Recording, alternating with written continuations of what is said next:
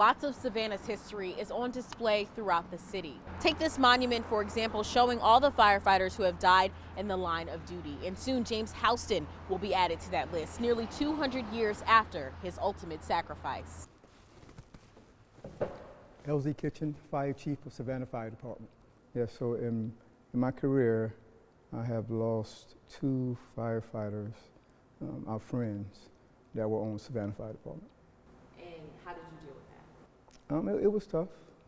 It was tough. I knew both of them well. City Council minutes, historical documents, newspapers, and books show the evolution of firefighting in Savannah. And there are a few things you need to know about the time and Houston himself before learning his story. He was a free black man in the early 1800s. Now, Savannah is less than 100 years old at this point. Fires in the city were detrimental. For example, a fire at a bakery in 1796 destroyed hundreds of buildings in just one incident. So the call for stronger fire protection was definitely a concern for residents. After that bakery fire, Savannah began to establish a fire service. And through an ordinance, the city required free men of color and enslaved men from 16 to 60 years old to enroll and staff that service. That ordinance included James Houston. It's Luciana Spraker. I'm the Municipal Archives Director for the City of Savannah. White men did not have mandatory service, but free persons of color men and enslaved men did.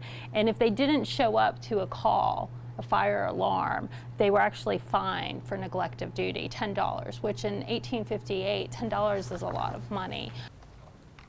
Historical documents show in January of 1825, Houston and a man named Peter Favard showed up to put out a fire at the Gale House, which was near Johnson Square. Mark Odell, local historian. As they were working to pull down buildings around this burning building to stop the spread of the fire, which was very important during that time period because the whole city could catch on fire as the wind would spread fire. They put themselves at extreme peril, and unfortunately the building collapsed on top of them. A newspaper from the time noted the fire had the roof wrapped in flames, and the building in a very short time fell, a sacrifice to the destructive element. James Houston had life-threatening injuries. His skull was fractured, and one of his legs was crushed. There was 3 doctors that worked on him when this happened, and within 30 minutes he passed away. They couldn't save his life.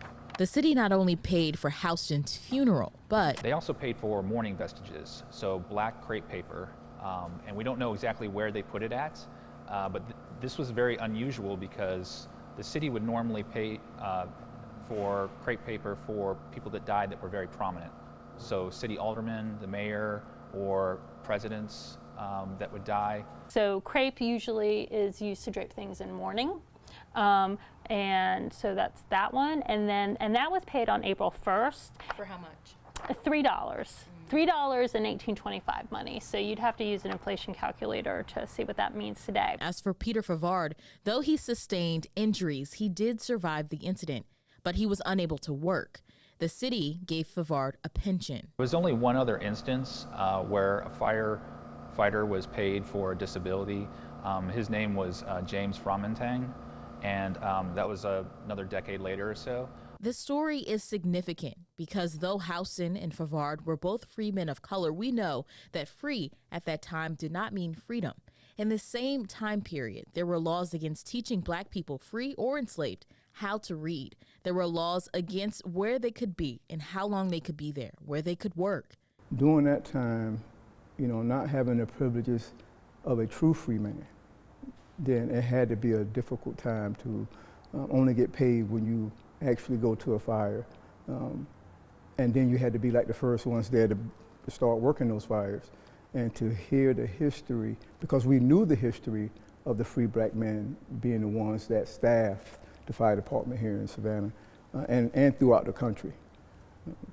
So knowing that history and then knowing that one of them paid the ultimate sacrifice and the city took care of their expenses for burial and things like that, he will be honored to be put on the monument.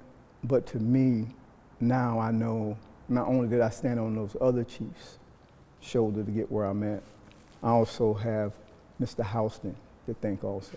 While this story started with James Houston, along the way we learned so much more. Let's talk about how the Savannah Fire Department became what we know it as today.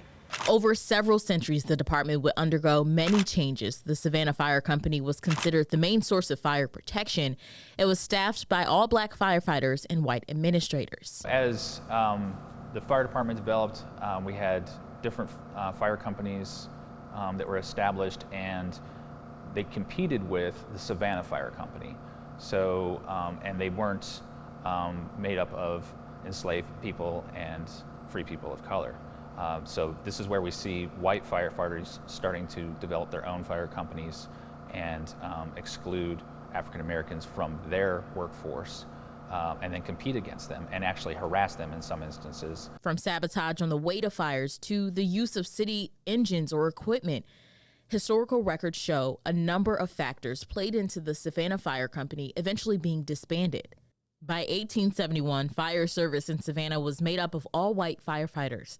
It would not be until 1963, more than 90 years later, that the department would reintegrate with 6 black firefighters, including a man named Lewis Oliver, who current Chief Elzie Kitchen has been able to meet. He's been just a source of inspiration. Every time I see him, he's giving me words of wisdom.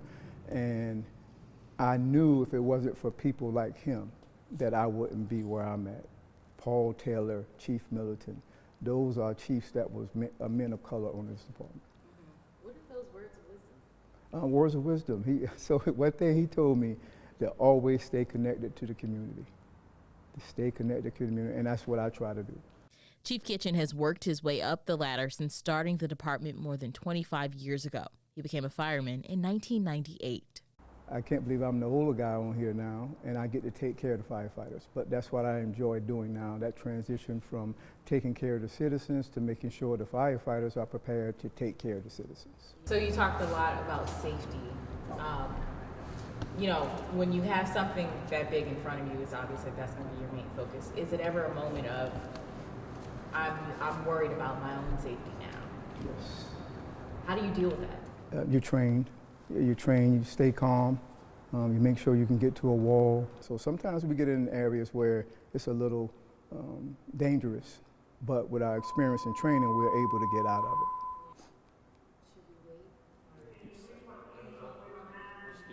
It's clear that firefighting is a 24/7 job. Chief Kitchen says he's proud of SFD, but there's still work to be done. We have great leaders on here, we have great up-and-comers, but we do not represent the city of Savannah demographics. That's the challenge that we're faced with. And it's even tougher now because we're facing a crisis with people coming into public safety. So now we have to help create those ambitions, our fire in people to join the fire department. And that's what the things that we're trying to do. He says the story of men like James Houston continue to inspire him as he leads the department. For WTOC, I'm Simone McKinney.